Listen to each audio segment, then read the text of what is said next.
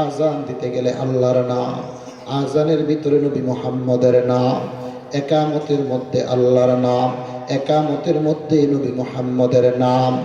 আদম নবী আল্লাহর কসম খেয়ে বলে, জান্নাতের প্রত্যেকটা পাতায় পাতায় আল্লাহর নাম, প্রত্যেকটা পাতায় পাতায় নবী মুহাম্মদের নাম। বলি সুবহানাল্লাহ, আল্লাহু আকবার বলেন। এ বকশীগঞ্জ থানার মানুষ বাবা, যদিও ফরাজি বাড়ির মাহফিল, আমি জানি অনেক শ্রোতা আশপাশ থেকে এসছে, শুধু ফরাজি বাড়ি পর্যন্তই ক্ষান্ত না, অনেক আশপাশ থেকে শ্রোতা এসেছে বাবা। এটা তো হাদিসে কুদসির পরিভাষা, বরং আমার নবী বিশ্ব নবী মুহাম্মদ আরবি মুসলিম শরীফের হাদিসের ভিতরে বলেন, আল্লাহর নবী বলেন, ফুদ্দিলতু আলাল আম্বিয়া বিসিত, 6 গুণের কারণে আমার আল্লাহ আমার নবীকে শ্রেষ্ঠত্ব দিয়েছে। 1 নাম্বার, উতিতু জাওয়ামিয়াল কারীম, আমার নবী অল্পতে বুঝাইবার ক্ষমতা রাখত। 2 নাম্বার, ওয়ানুসিরতু বিররুব, আমার নবীকে শ্রদ্ধার ভয় দেওয়া হয়েছিল। দূর থেকে দেখলে ভয় পেত, কাছে গিয়ে দেখতো নবীর মতো কেউ নাই, নবীর মতো দয়ালু মায়ালু কেউ নাই। 3 নাম্বার, ওয়া উহিল্লাত লিয়াল গনাইম, গনিমতের মাল অন্য কোন নবীর জন্য হালাল ছিল না, আমার নবীর জন্য হালাল ছিল। 4 নাম্বার, ওয়া জুইনাত লিয়াল আরদু মাসজিদান ওয়া তাহুরা, এ খামার পাড়ার মানুষ, আমার নবী বলেছেন, আল্লাহ আমার নবীকে সারা পৃথিবীটা মসজিদ বানিয়ে দেওয়া হয়েছে, এই জন্য তুমি মাঠে নামাজ পড়লেও তোমার মালিক কবুল করে, জঙ্গলে নামাজ পড়লেও তোমার মালিক কবুল করে, দোকানে নামাজ পড়লেও তোমার মালিক কবুল করে, খেতে নামাজ পড়লেও তোমার মালিক কবুল করে। এ বৃদ্ধ বাবা, যুবক ভাই, দিলটা লাগায় শোনো, এটা তোমার কিন্তু কোনো ক্রেডিট না। আমার নবী বলেছে, ও জুইলাত লিয়াল আরদু মাসজিদান ওয়া তাহুরা, এটা হইতাছে সারা পৃথিবীটা নবীর জন্য মসজিদ বানায় দেওয়া হয়েছে। 5 নাম্বার, ওয়া উরসিলতু ইলাল খালকি কাফা, আমার নবী শুধু বকশীগঞ্জবাসীর নবী না, আমার নবী শ্রীবর্তীর মানুষের নবী না, আমার নবী মেলান্দহবাসীর নবী না, আমার নবী জামালপুরের 7 থানার নবী না, আমার নবী শেরপুরের 5 থানার নবী না, বরং আমার নবী মাছের নবী, আমার নবী গাছের নবী, আমার নবী সাপের নবী, আমার নবী সারা মাখলুকাতের নবী। বলি সুবহানাল্লাহ, আর একটু জোরে বলা যাবে নি সুবহানাল্লাহ। এ ফরাদি বাড়ির মানুষ, এ খামার পাড়া টিকরকান্দির মানুষ, বিনা চাওয়াই নবী পেয়েছ, এই জন্য নবীর কদর বোঝো না। আরে কেমন নবী পেয়েছ, ইষ্টের একজন যোগ্য বিজ্ঞ প্রাজ্ঞ একজন আলেমে দিন বসা বাবা। যেদিন তোমার মা তোমাকে চিনবে না, যেদিন তোমার সন্তান সন্তানাদি তোমাকে চিনবে না, যেই ছেলের জন্য গাড়ি বানাচ্ছ, একদিন এমন একটা সময় আসবে ছেলে তোমার পরিচয় দিবে না, এমন একটা সময় আসবে মেয়ে তোমার পরিচয় দিবে না। যে বিবির জন্য মাথার ঘাম পায়ে ফেলে অক্লান্ত পরিশ্রম করছো, ওই বিবি কিন্তু তোমাকে চিনবে না।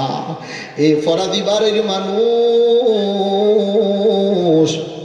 তুমি তো জানো না, তুমি তো জানো না, একজন দয়ার নবী মায়ার নবী তোমাকে আমাকে ভুলে একা একা থাকতে পারবে না। আল্লাহর নবীর হাদিস প্রমাণ করে, পৃথিবীর যে কোনো প্রান্ত থেকে নবীর নাম আসার পরে যারা নবীর নামে পড়ে সাল্লাল্লাহু আলাইহি ওয়াসাল্লাম, আল্লাহ একদল ফেরেশতা নিয়োজিত করে রেখেছে, ওই ফেরেশতাকে দিয়ে তার নাম সহ, তার বাপের নাম সহ, তার পুরা ঠিকানাটা সঙ্গে সঙ্গে রওজা শরীফের কাছে পাঠায় দেয়। বলি সুবহানাল্লাহ। তোমার নবী আমার নবী, দু জাহানের বাদশা নবী, নবী মুহাম্মদ আরবি সাল্লাল্লাহু আলাইহি ওয়াসাল্লাম হাসরের ময়দানে দৌড়াইয়া সর্বপ্রথম মিজানের পাল্লার কাছে যাবে। এ বাবা, কারোর আমলনামা ডান হাতে যাবে, কারোর আমলনামা বাম হাতে যাবে। যাদের আমলনামা ডান হাতে যাবে তারা তো সোনালী কপালওয়ালা, তারা তো আনন্দে মাতোয়ারা হয়ে যাবে। আর যাদের আমলনামা বাম হাতে চলে যাবে, তাদের দুঃখ দুর্দশা দেখার মতো কেউ থাকবে না, তাদের চিৎকার চেঁচামেচি দেখার মতো কেউ থাকবে না। উদাহরণস্বরূপ আমাদের সন্তানরা যেমন এসএসসি পরীক্ষা দেয়, এইচএসসি পরীক্ষা যখন দেয়, রেজাল্ট যখন ভালো হয়ে যায়, বক্সিগঞ্জ ননিশার মিষ্টান্ন দোকানগুলোতে ভিড় জমে যায়। অপর দিকে যাদের রেজাল্ট খারাপ হয়ে যায়, অপর দিকে পত্রিকাতে আসে বক্সিগঞ্জের টালিয়া পাড়াতে, বক্সিগঞ্জের মাছ পাড়াতে, বক্সিগঞ্জের টিকরকান্দিতে গলার ভিতরে ওড়না পেঁচ দিয়ে ফ্যানের সঙ্গে ঝুলে 3 জন আত্মহত্যা করে মারা গিয়েছে, এমন রিপোর্টও পত্রিকাতে আসে। বাবা, সেম হাসরের ময়দানে কারোর আমলনামা ডান হাতে যাবে, কারোর আমলনামা বাম হাতে যাবে। যাদের আমলনামা ডান হাতে যাবে তারা তো আনন্দে মাতোয়ারা হয়ে যাবে, যাদের আমলনামা বাম হাতে যাবে তাদের চিৎকার চেঁচামেচি দেখার মতো কেউ নাই। তোমার নবী আমার নবী, দু জাহানের সরদার নবী, মায়ার নবী, তোমাকে আমাকে বলে থাকতে পারবে না, পারবে না, পারবে না। মায়ার নবী দু জাহানের বাদশাহ, সরকার দু জাহান নবী সর্বপ্রথম মিজানের পাল্লার কাছে যাবে। দেখবে যাদের আমলনামার পাল্লাটা হালকা হয়ে গিয়েছে, ওই যে দুরুদ থেকে একটা দুরুদ নিয়ে যখন মিজানের পাল্লার কাছে দিবে, সঙ্গে সঙ্গে দুরুদের ফজিলতের কারণে মিজানের পাল্লাটাকে ভারী করে দিবে। বলি সুবহানাল্লাহ, আল্লাহু আকবার বলেন। তাহলে এই নবীর দাম কম না বেশি? সবাই চিৎকার মেরে বলতে হবে, কম না বেশি? নারায়ে তাকবীর। এই আওয়াজে খতমে নবুয়ত প্রতিষ্ঠা করবেন জোরে, লিল্লাহি তাকবীর। জোরে জোরে সবাই নারায়ে তাকবীর। আল কোরআনের আলো, আল হাদিসের আলো, ওয়াজ মাহফিল যেখানে, গান বাজনা যেখানে, নাটক সিনেমা যেখানে, দুনিয়ার মুসলিম, বিশ্বের মুসলিম, আওয়ামী লীগ, বিএনপি, এই এক হওয়ার দরকার আছে না নাই? সবাই বলেন হাতের আঙ্গুল কয়টা? সবাই বলে না কয়টা? লাগা না ফাঁকা? সবাই কথা বলেন লাগা না ফাঁকা? কিন্তু আলু ভর্তা করতে গেলে লাগা, বেগুন ভর্তা করতে গেলে লাগা, অন্য অন্য ভর্তা করতে গেলে। বক্সিগঞ্জ থানার খামারপাড়া, টিকরকান্দি, মাছপাড়া, মাস্টারবাড়ি এলাকার মানুষ, আপনার দলীয় পরিচয় আওয়ামী লীগ হতে পারে, আরেকজনের দলীয় পরিচয় বিএনপি হতে পারে, আরেকজনের দলীয় পরিচয় চরমোনাই হতে পারে, খেলাফত মজলিস হতে পারে, এনসিপি হতে পারে, কিন্তু আমাদের সকলের একটাই পরিচয়, আমরা এক আল্লাহর বান্দা, এক নবীর উম্মত। ঠিক না বেঠিক? আরেকটু জোরে যুবকরা আওয়াজ করে বলো, ঠিক না বেঠিক?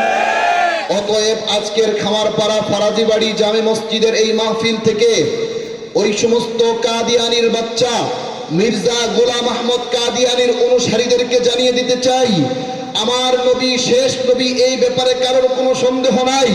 আমার নবী শেষ নবী, নবীর পরে আর কোনো নবী নাই।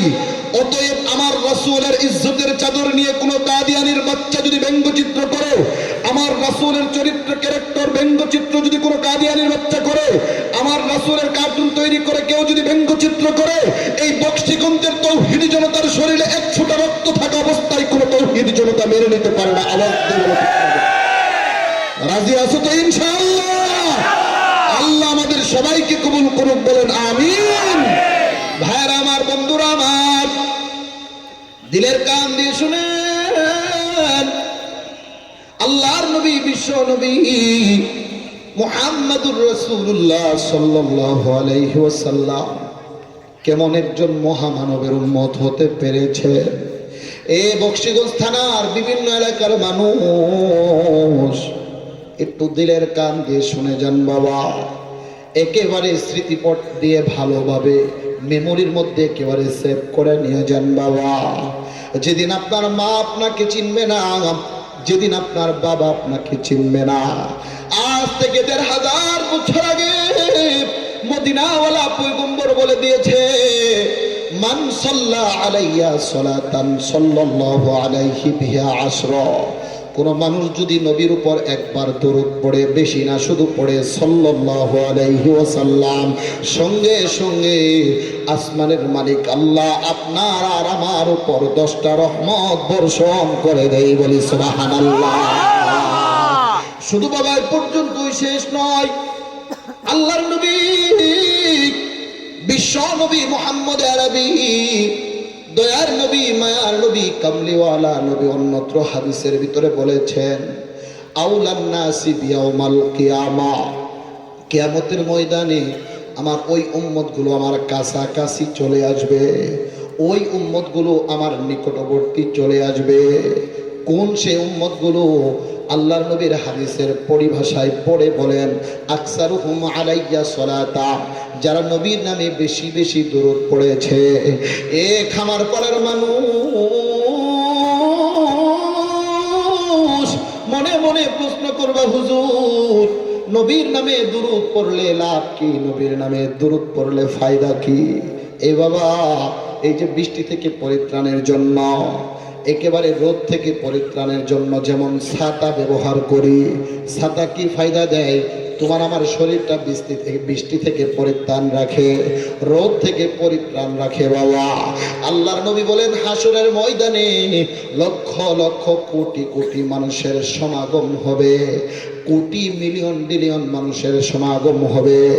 ওই কোটি কোটি মিলিয়ন বিলিয়ন মানুষের মধ্যে যারা বেশি বেশি নবীর নামে দরুদ পড়ে, আল্লাহর নবী বলেন, আউলান নাসি বিয়াউমাল কিয়ামা, ওই উম্মতগুলো আমি নবীর ততটা কাছাকাছি চলে যাবে। বলি সুবহানাল্লাহ। তাহলে নবীর নামে দরুদ পড়ার দরকার আছে না নাই? আরেকটু জোরে বলেন, আছে না নাই? আমার ভাইয়েরা দিলার কান্দে শুনেন, অন্যত্র হাদিসের ভিতরে বিশ্ব নবী, দুজাহানের বাদশা নবী মুহাম্মদ আরবি নবী ডাক দিয়ে কয়, উম্মতেরা রে শোনো, মান সাল্লা আলাইয়া হিনা ইউসবি আশরা ওয়া হিনা ইউমসি আশরা আদরাকাতুহু শাফাআতি ইয়াউমাল কিয়ামা। আরে কোন উম্মত যদি সকালেও নবীর নামে 10 বার দরুদ পড়ে, সন্ধ্যায় যদি নবীর নামে 10 বার দরুদ পড়ে, যেদিন তোমার মা তোমাকে একা একা ফেলে রেখে চলে আসবে, যেদিন তোমার বাবা তোমাকে একা একা ফেলে চলে আসবে, আল্লাহর নবী বলেন, আদরাকাতুহু শাফাআতি ইয়াউমাল কিয়ামা, আমি নবী তোমাদেরকে সুপারিশ করে করে জান্নাতের মালিক বানায়া দিব। বলি সুবহানাল্লাহ। ও হাশিমি মাকি,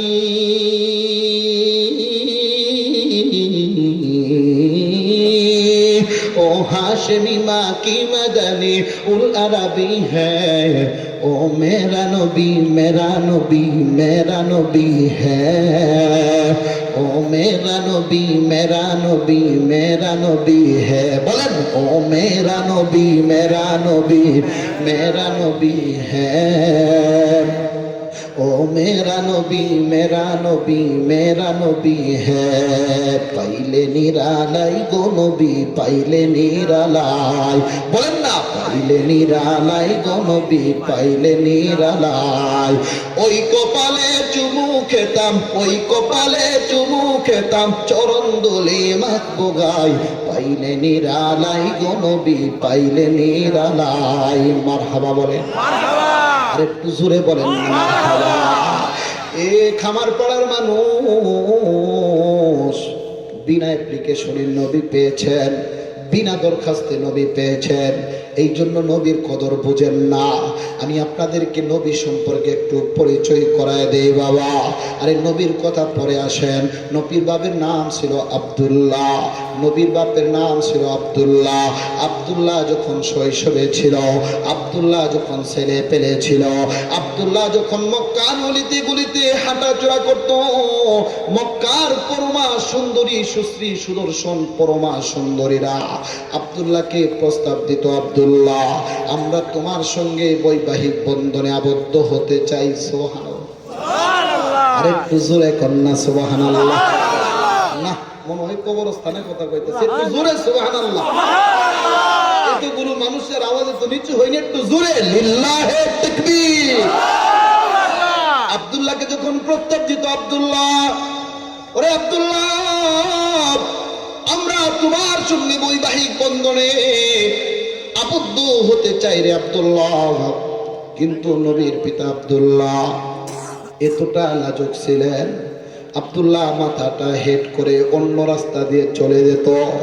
ইতিহাস লেখে একজন মহিলা আব্দুল্লাহকে সব সময় ডিস্টার্ব করতো, আব্দুল্লাহ নয় তুমি আমাকে বিবাহ করবা, আর না হয় জীবনে একবারের জন্য হলো বিশেষ অবৈধ কাদের সুযোগ দিবা। নাউজুবিল্লাহ। আরেকটু জোরে বলেন নাউজুবিল্লাহ। এই খামার পড়ার মানুষ যে লোকটাকে বিয়ের প্রস্তাব দিলে মাথাটা হেড করে অন্য রাস্তা দিয়ে চলে যায়, আর এই লোকটাকে যদি অবৈধ প্রস্তাব দেয় তার অবস্থাটা কি হতে পারে? এদিক দিয়ে আমার মালিকের কি লীলা খেলা। আব্দুল্লাহর সঙ্গে মা আমিনার বিবাহ হয়ে যায়, বলি সুবহানাল্লাহ। এই খামার পড়ার মানুষ আব্দুল্লাহর সঙ্গে যখন আমিনার বিয়ে যখন হয়ে যায়, আব্দুল্লাহর পৃষ্ঠদেশ হতে আমিনার রেহেমের ভিতরে পেটের মধ্যে এক ফোঁটা জিনিস ট্রান্সফারের মাধ্যমে যায়, আর আস্তে আস্তে তোমার আমার পয়গম্বর আমিনার রেহেমে বড় হতে লাগে।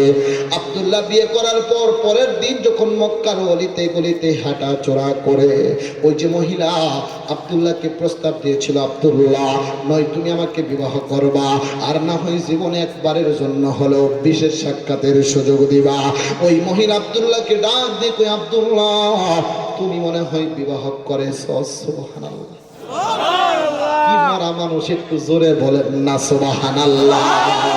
আমার ভাইরা দিলের কান দিয়ে শুনেন, আমার নবীর পিতা আব্দুল্লাহ উনি আশ্চর্যান্বিত হয়ে যায়। আব্দুল্লাহ মনে মনে কয়, আমি বিয়ে করেছি আমার বংশের লোক ছাড়া তো কেউ জানে না, আমার গোষ্ঠীর লোক ছাড়া তো কেউ জানে না, আমার আত্মীয় স্বজন ছাড়া তো কেউ জানে না। এই মহিলা কোথায় থেকে জানতে পেরেছে? এমন সময় ওই মহিলা আব্দুল্লাহকে ডাক দেখো, আব্দুল্লাহ কৌতূহলী হয়ে গিয়েছো নাকি? টেনশনে পড়ে গিয়েছো নাকি? আশ্চর্যান্বিত হয়ে গিয়েছো নাকি? ওরে আব্দুল্লাহ শোনো, তুমি যখন মক্কার গলিতে গলিতে আগে হাঁটাচড়া করতা, আর তোমার কপালের ভিতর একটা নূর চমকাতে ছিল। ওরে আব্দুল্লাহ শোনো, আজ তুমি যখন মক্কার গলিতে গলিতে হাঁটাচড়া করো, তোমার কপালের ভিতরে ওই নূরটা আমি দেখতে পেলাম না। এই জন্য আন্দাজ করে জিজ্ঞাসা করেছি, তুমি মনে হয় বিবাহ করেছ। ওরে আব্দুল্লাহ শোনো, তুমি যেহেতু জেনেই ফেলেছিলে আব্দুল্লাহ, তাহলে আমার গোপন রহস্য আমি উন্মোচন করে দেই। ওরে আব্দুল্লাহ, আমার দিলের একটা তামান্না ছিল, আমার দিলের একটা আকাঙ্ক্ষা ছিল, বৈধভাবে ওই নূরটা যদি আমি আমার পেটে নিতে পারি, আর ময়দানে মাহশারে যদি মুহাম্মদের মা হিসেবে দাঁড়াতে পারি, হতে পারে আল্লাহ এই ওসিলা করে হইলেও আমাকে মাফ করে দিবে। ওরে আব্দুল্লাহ, কিন্তু তুমি যখন আমার বৈধ প্রস্তাবে রাজি হতেছিল না, এই জন্য ভাগ্য হয়ে তোমাকে একটা অবৈধ প্রস্তাব দিয়েছি। ওরে আব্দুল্লাহ শোনো, আমার দিলের একটা তামান্না ছিল, অবৈধভাবে হইলেও যদি ওই নূরটা আমি আমার পেটের মধ্যে নিতে পারি, আর ময়দানে মাহশারে যদি মুহাম্মদের মা হিসেবে দাঁড়াতে পারি, হতে পারে আল্লাহ এই ওসিলা করে হইলেও আমাকে মাফ করে দিবে। এই খামার পাড়ার মানুষ, আমি আপনাদেরকে জিজ্ঞাসা করতে চাই যে মহামানবকে আল্লাহ এত সিকিউরিটি নিরাপত্তা দিয়ে দুনিয়ার জমিনে পাঠাইছে, ওই নবী কি বৈধভাবে আসবে নাকি অবৈধভাবে আসবে? সবাই বলে না, বৈধভাবে আসবে নাকি অবৈধভাবে আসবে? আসমানের মালিক আল্লাহ, জমিনের মালিক আল্লাহর কি লীলা খেলা। আব্দুল্লাহর পৃষ্ঠদেশ হতে আমিনার রেহেমের ভিতরে একটা জিনিস ট্রান্সফারের মাধ্যমে যা, আর আস্তে আস্তে তোমার আমার পয়গম্বর আমিনার রেহেমে বড় হতে লাগে, বলি সুবহানাল্লাহ। এ খামার পাড়ার যুবক ভাই, এ যুবতী বোন, এ বৃদ্ধ বাবা, যুবক ভাই, মাইকের আওয়াজ যাদের কর্ণকুহরে যাচ্ছে, একটু খরগোশের মতো কানটা খাড়া করে শোনো। কিন্তু ভাগ্যর কি লীলা খেলা, আমার নবীর বয়স যখন 6 মাস হয়ে যায়, বাবা আব্দুল্লাহ দুনিয়া থেকে চিরবিদায়ী হয়ে যায়। এ খামার পাড়ার মানুষ, দেখো না 2 ফোঁটা চোখের পানি ওই আল্লাহর জন্য নজরানা দেওয়া যায় কিনা। আমি জানি নাই ময়দানে কার জানি মা নাই, কার জানি বাবা নাই। যুবক রে, তোর পা 2টা গায়া দে। আমিও তো বক্সিগঞ্জের সন্তান। এখন এই ওয়াজ হয়তো বা তোমার ভালো লাগবে না, যাদের মা বাবা আছে তাদের কাছে এই ওয়াজ হয়তো ভালো লাগবে না।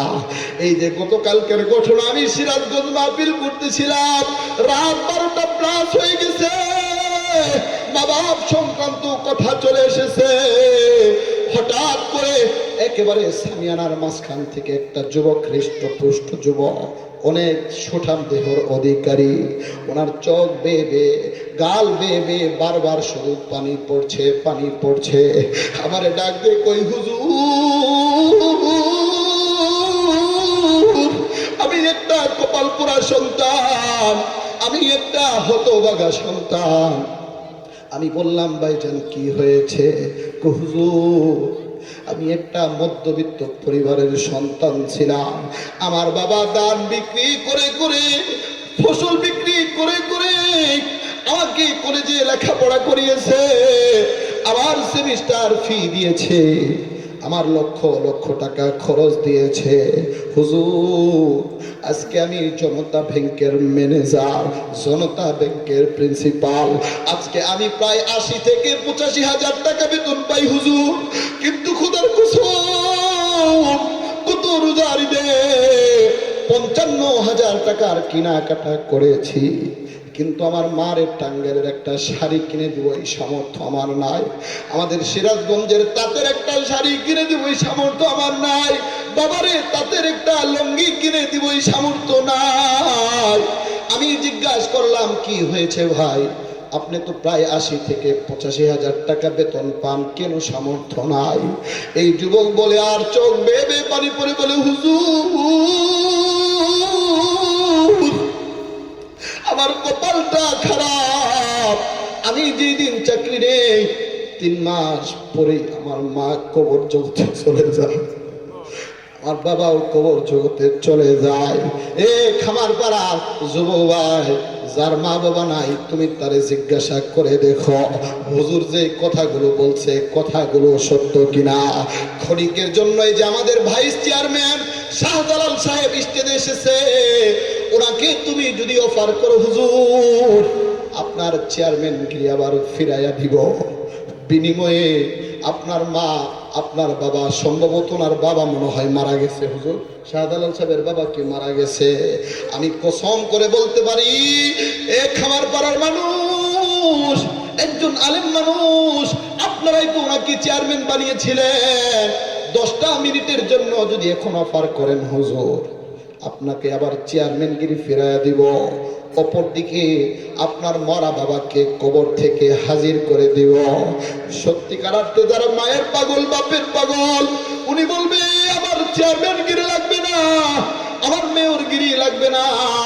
এই যে আপনাদের এলাকার মেয়র মতিন সাহেব সম্ভবত বাহিরে গেছে চিকিৎসার জন্য, ফেসবুকের কল্যাণে তো আমরা দেখেছি বাহিরে গিয়েছে। ওনাকে যদি জিজ্ঞাসা করেন মতিন সাহেব, মেয়র সাহেব আমাকে আপনার মেয়রগিরি ফিরাইয়া দিব, বিনিময়ে 10টা মিনিটের জন্য আপনার মাকে হাজির করে দিব। সত্যিকার অর্থে যারা মায়ের পাগল, বাপের পাগল, ওরা বলবে হুজুর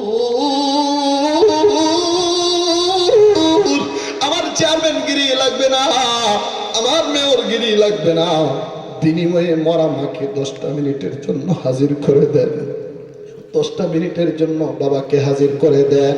ক্ষণিকের জন্য তার কাছে যদি প্রশ্ন রাখেন কেন আপনার মা কি দেখতে অনেক সুন্দর ছিল নাকি, আপনার মা কি দেখতে অনেক সুশ্রী সুদর্শন চেহারার অধিকারী ছিল নাকি, উনি ডাক দিয়ে বলবে হুজুর আমার মা দেখতে তেমন সুন্দরী ছিল না, আমার মা দেখতে তেমন সুন্দর সুশ্রী সুদর্শন চেহারার অধিকারী ছিল না।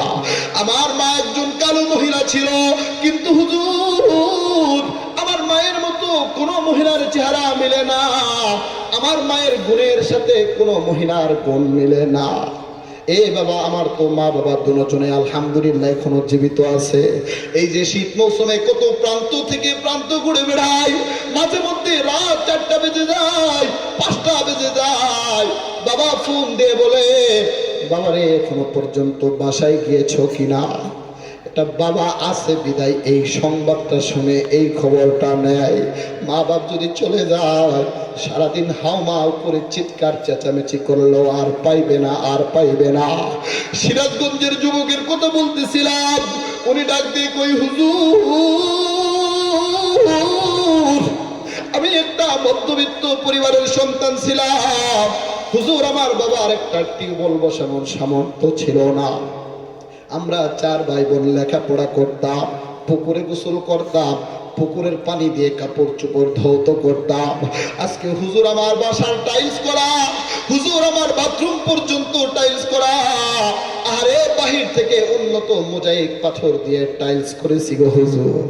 কিন্তু সারা দুনিয়া তল্লাশি করে আমার মা বাপকে তন্ন তন্ন করে খুঁজি হুজুর, একটা মিনিটের জন্য মাকে দেখতে পারি না, একটা মিনিটের জন্য বাবাকে দেখতে পারি না। এ যুবক, তোমার হাতে ধরি পায়ে ধরি তোমার মা বাপ যদি থাকে, কারণ মা বাপ তোমার জান্নাত, মা বাপ তোমার জাহান্নাম। বিশ্ব নবী বলেছে, রিদার রব্বি ফি রিদাল ওয়ালিদাইন ওয়া সাখাতুর রব্বি ফি সাখাতিল ওয়ালিদাইন। মা বাপ যদি তোমার উপর সন্তুষ্ট হয়ে যায়, আসমানের মালিক আল্লাহ, জমিনের মালিক আল্লাহ তোমার উপর সন্তুষ্ট হয়ে যাবে। বলি সুবহানাল্লাহ, আল্লাহু আকবার বলেন। যেই কথা বলতেছিলাম বাবা, আমিনা ডাক দিয়ে কই, ও মক্কার মানুষেরা শোনো, এ বাবা আমি আপনাদেরকে একটু গভীরে নিয়ে যাই। আমার নবীর মা আমিনা, উনি কিন্তু কোরআন পড়তে পারতো না। আব্দুল মুত্তালিব নবীর দাদা, উনিও কিন্তু কোরআন পড়তে পারতো না। কিন্তু নবীর নাম মোহাম্মদ কিভাবে হলো এটা জানার দরকার আছে না নাই? এটার ব্যাখ্যা হলো 3টা। 1 নাম্বার সিরাতে হালবিয়ার ভিতরে লেখক উল্লেখ করেছে। 2 নাম্বার ব্যাখ্যা সিরাতে মুস্তাফার ভিতরে আল্লামা ইদ্রিস কান্দলবী রহমাতুল্লাহি আলাই উল্লেখ করেছে। আমিনা ডাক দিয়ে কই, ও মক্কার মানুষেরা শোনো, তোমরা যখন সন্তান পেটে ধারণ করো, তোমাদের পেটগুলো উঁচা হয়ে যায়, তোমাদের বমি বমি ভাব হয়ে যায়। কিন্তু খোদার কসম, আমি যখন আমার মোহাম্মদকে পেটে ধারণ করি, 6 মাস পর্যন্ত আমি অনুভবই করতে পারি না যে আমার পেটের মধ্যে বাচ্চা আছে। সুবহানাল্লাহ, আর একটু জোরে কন্যা সুবহানাল্লাহ। আমি না ডাক দিয়ে কই, শুধু এই পর্যন্তই শেষ না। আমার নবী, বিশ্ব নবী মোহাম্মদকে নিয়া আমি যখন কোন রাস্তা দিয়ে যেতাম, পায়ের নিচে যে পাথরগুলো পড়ে যাইতো মমে রূপান্তরিত হয়ে যেত। সুবহানাল্লাহ। আমি যখন কোন কুয়ার কাছে যেতাম, বালতি লাগে না, মশক লাগে না, কিছু লাগে না, কুয়ার পানি অটোমেটিক আমার হাতের নাগালে চলে আসে। সুবহানাল্লাহ, আরে হুজুরে কন্যা সুবহানাল্লাহ। আমিনা ডাক দিয়ে কই, ও মক্কার মানুষেরা শোনো, শুধু এই পর্যন্তই শেষ না। আমি যখন মোহাম্মদকে পেটে নিয়ে রাস্তা যাইতাম, রাস্তা চলাচল করতাম, পিছন থেকে গায়েবী ভাবে কে যেন আওয়াজ দেয়, আমিনা তুমি তো বড় ভাগ্যবতী, আমিনা তুমি বড় কপালওয়ালা, ও আমিনা তুমি বড় সৌভাগ্যশীল। কি হয়েছে? তোমার গর্বে এমন একজন মহামানব দুনিয়ার জমিন আগমন করবে, আগমনের পরে যার নাম হবে মোহাম্মদ। সুবহানাল্লাহ, আর একটু জোরে বলেন না সুবহানাল্লাহ।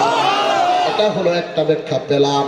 আমিনাকে গায়েবী ভাবে আওয়াজ দেয়া হতো, আমিনা তোমার রেহেম হতে যে সন্তান দুনিয়াতে আসবে, দুনিয়াতে আসার পরে তার নাম হবে মোহাম্মদ। একটা ব্যাখ্যা সিরাতে মুস্তাফার ভিতরে আল্লামা ইদ্রিস কান্দলবী ইসলামিক ফাউন্ডেশন 3 খণ্ড বঙ্গানুবাদ করেছে।